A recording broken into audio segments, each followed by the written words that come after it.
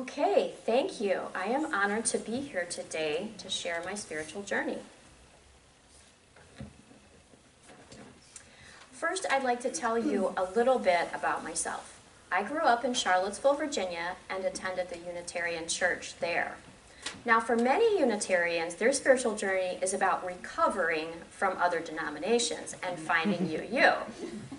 So growing up Unitarian, you would have thought that I'd have a comparatively easy spiritual journey. I never had the torturous path that so many Unitarians have had to navigate. But here's my dirty little secret. I really hated church, at least as a young person, yes. And my parents had to drag me there on Sundays. I was a bit of a tomboy, and so I hated dressing up, and I sure didn't like Sunday school. During the sermons, I was completely bored and frequently thought about how I could do a better job than the middle-aged guy up in the pulpit. So now I'm middle-aged and I'm standing up here. So we'll see how I do. Now, for most of my life, I never considered myself a religious person and perhaps not even really a spiritual person. But I always was pretty good at dreaming. More about this later. And I consider nature to be the basis of my spirituality. I graduated college with an English degree, but then didn't quite know what to do with myself. The only thing that I really did well was to write poetry, and that skill isn't too much in demand among employers, unfortunately. During college, I had worked on a vegetable farm in Virginia, and I found that I really liked working with plants and being outdoors. After college, I did an organic farming internship and then worked for the Minnesota State Horticultural Society doing volunteer and program management, and I did that for about 5 years. In 1998, I left that job to start my own CSA farm in Prairie Farm, Wisconsin, and I continued with this work for about 15 years. In 2003, I moved to Waupun to be with my significant other to a century farm just north of the Horicon National Wildlife Refuge. In 2008, my son Peter was born, and he continues to be the light of my life. By the time he was in 4K, however, I had decided that it was too difficult to farm with a small child, and I was looking for a job in communications. The other thing I've always done is to write. And since 1998, I have been a freelance writer for farming and gardening publications. I was first diagnosed with breast cancer in April of 2015. The year previous, I had my first mammogram because my intuition told me that I had breast cancer. The mammogram came back normal, and I thought, thank goodness I'm a hypochondriac.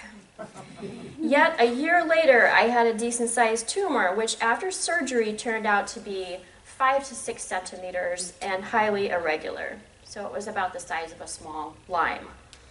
So either the tumor was there in 2014 or it just grew very fast. In June, right before I was due to start chemotherapy, they found that the cancer had spread to several vertebrae in my lower back, but fortunately, no visceral organs such as lungs. The planned chemo was suspended, and the doctor put me on endocrine or hormone therapy since my cancer was hormone receptor positive. And this was a daily oral medication. So for about a year, this strategy seemed to work pretty well. Now, my doctor had told me that I was incurable, but I also knew that some people live for a long time with stage 4 cancer. So I set my mind to surviving for as long as possible. Though I didn't try some of the really crazy stuff out there, I did as many alternative kinds of therapies as seemed feasible. I started seeing a naturopath and began to take various supplements.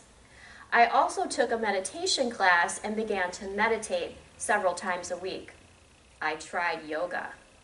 I tried to eat as cleanly as possible, following the typical cancer diet recommendations. But despite this, in the spring of 2016, I had a major disease progression. A set of scans showed that the cancer had become widespread through my skeletal system. It had spread all the way up my spine to my skull, into the tops of my femurs, into my ribs, and my pelvic bones. Needless to say, this was very disconcerting, especially after all the hard work that I put in. Finding that the cancer had aggressively spread through my skeletal system was a real shock. I truly thought I was holding my own. I didn't feel any different. I didn't have any pain, for example.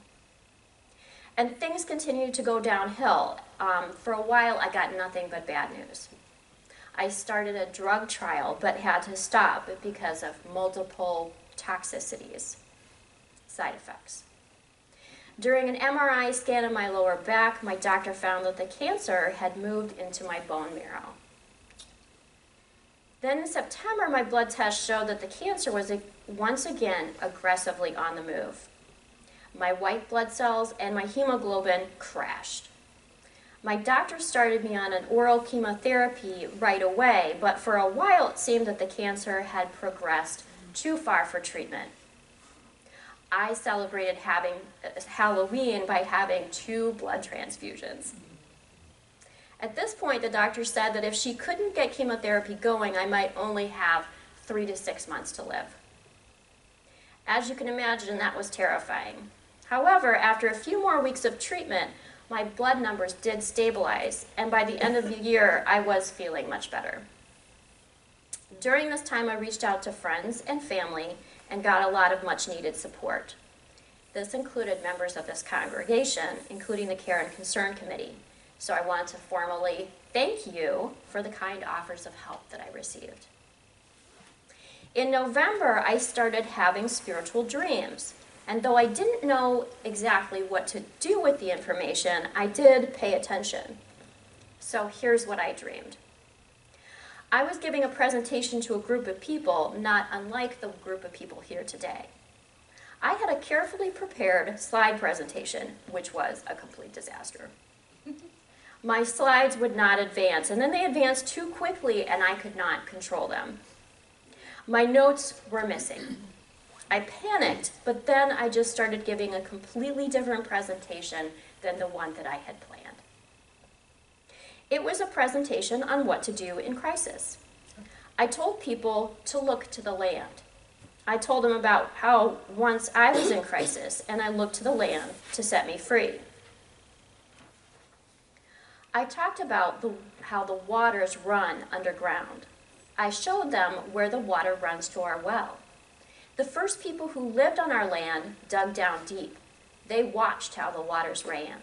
The pump for the old well is still out behind our house, and you can see it there, I told them.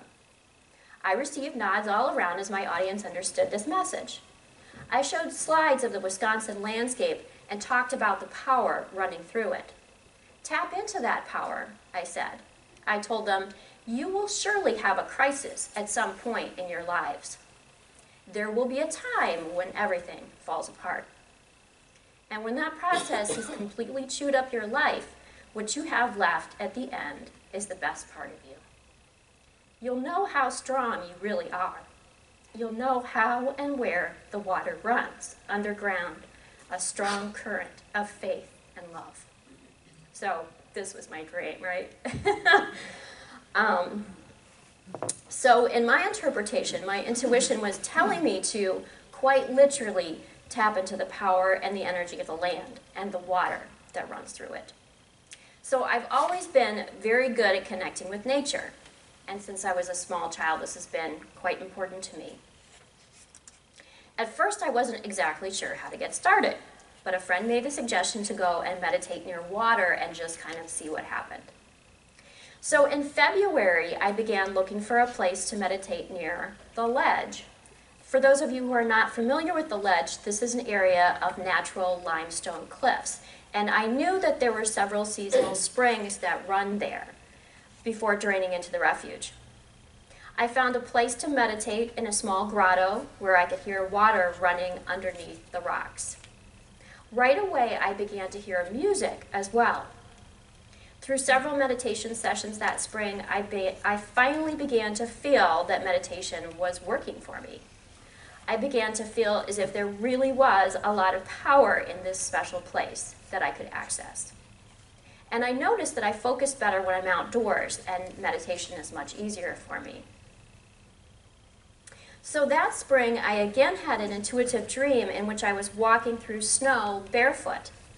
There was a set of tire tracks going up the hill towards a graveyard, but I knew that I didn't need to go there. As I walked along, I looked up and I saw the sun shining through the first new green leaves of spring. And I felt that same light deep inside me as well. So I thought, maybe this meditation is really working for me. I thought, maybe I'm not going to die. Maybe I can be one of the very few people who survive stage 4 cancer.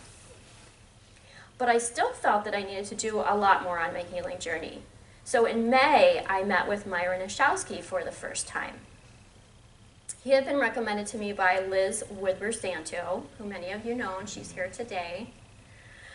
Tracy McDermott, a member of this congregation, came with me to my first appointment to be a general support person as well.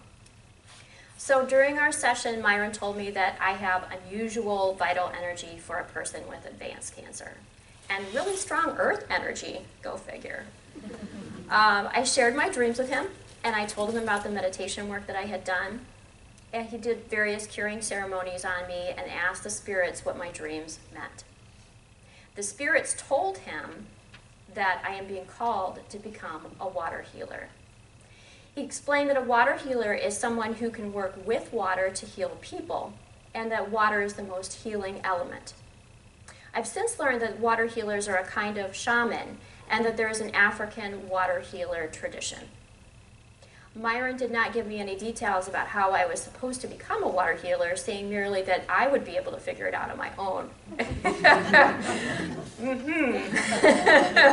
He also did a soul retrieval for me in order to bring back parts of my soul that had separated during trauma. This practice is fairly common in shamanism.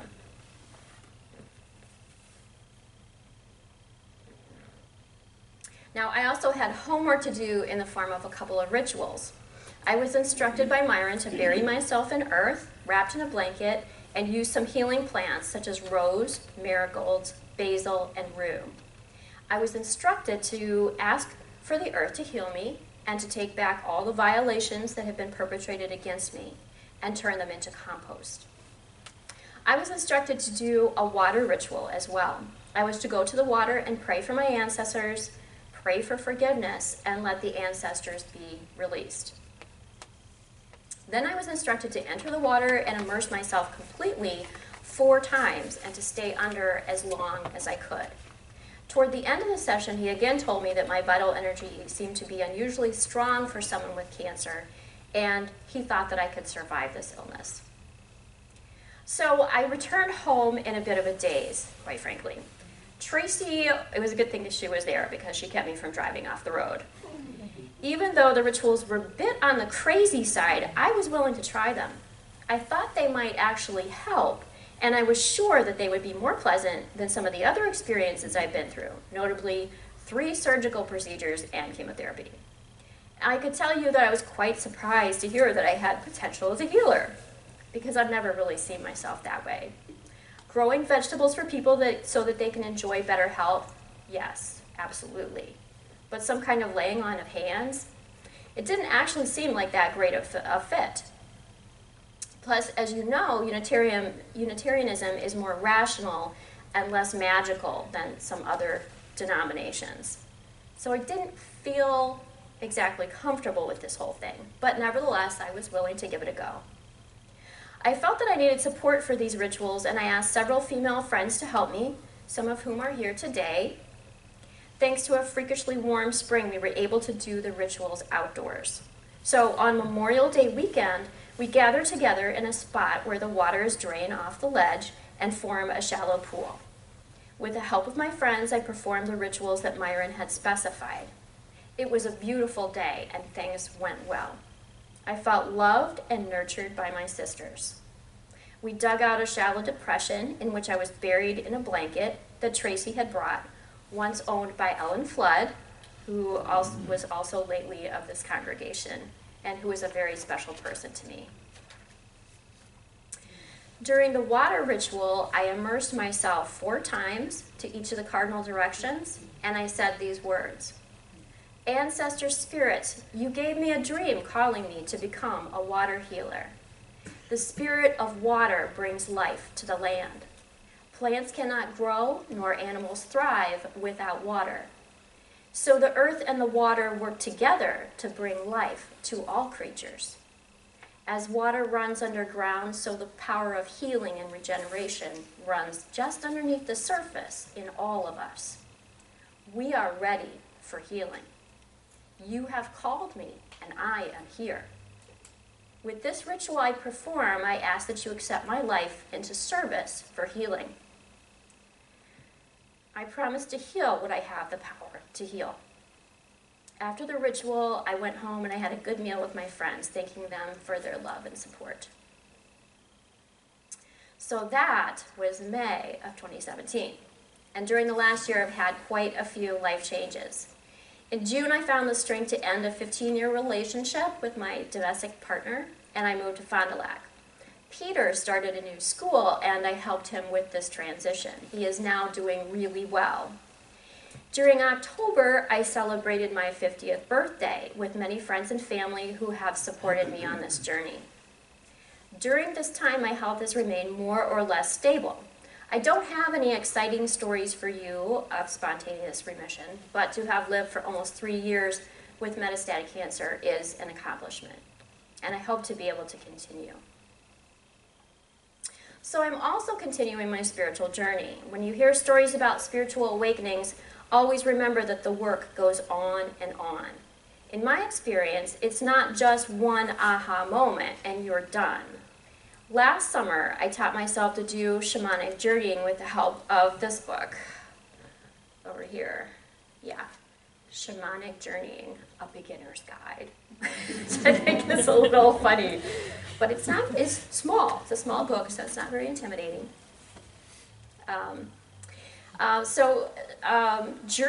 Shamanic journeying is similar to meditation or a dreamlike state. You listen to drum music, which puts your brain into theta wave mode, and you have experiences which are dreamlike, but during which you have more control than in dreams. I received a number of healing experiences, including being able to talk to the spirit of my illness, and I did a lot of ancestor work. But every time I thought I was done, I found another layer that needed to be peeled away, a bit like peeling the layers off of an onion. I continued to meditate on the ledge and at my home. One central problem or question that I've had to struggle with is how to become a healer. Though Myron had said that I would be able to figure it out, for a long time I just didn't have any ideas at all. But then during the process of journeying, things finally began to come together. So I would like to share with you one shamanic journey I took in which I had a healing experience.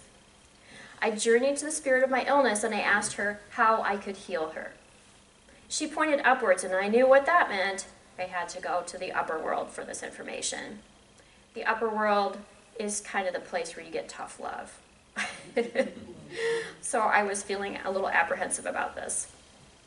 But I climbed up the world tree until I got to the upper world, which was a place of fluffy white clouds and lots of light, so it's a bit like the traditional concept of heaven.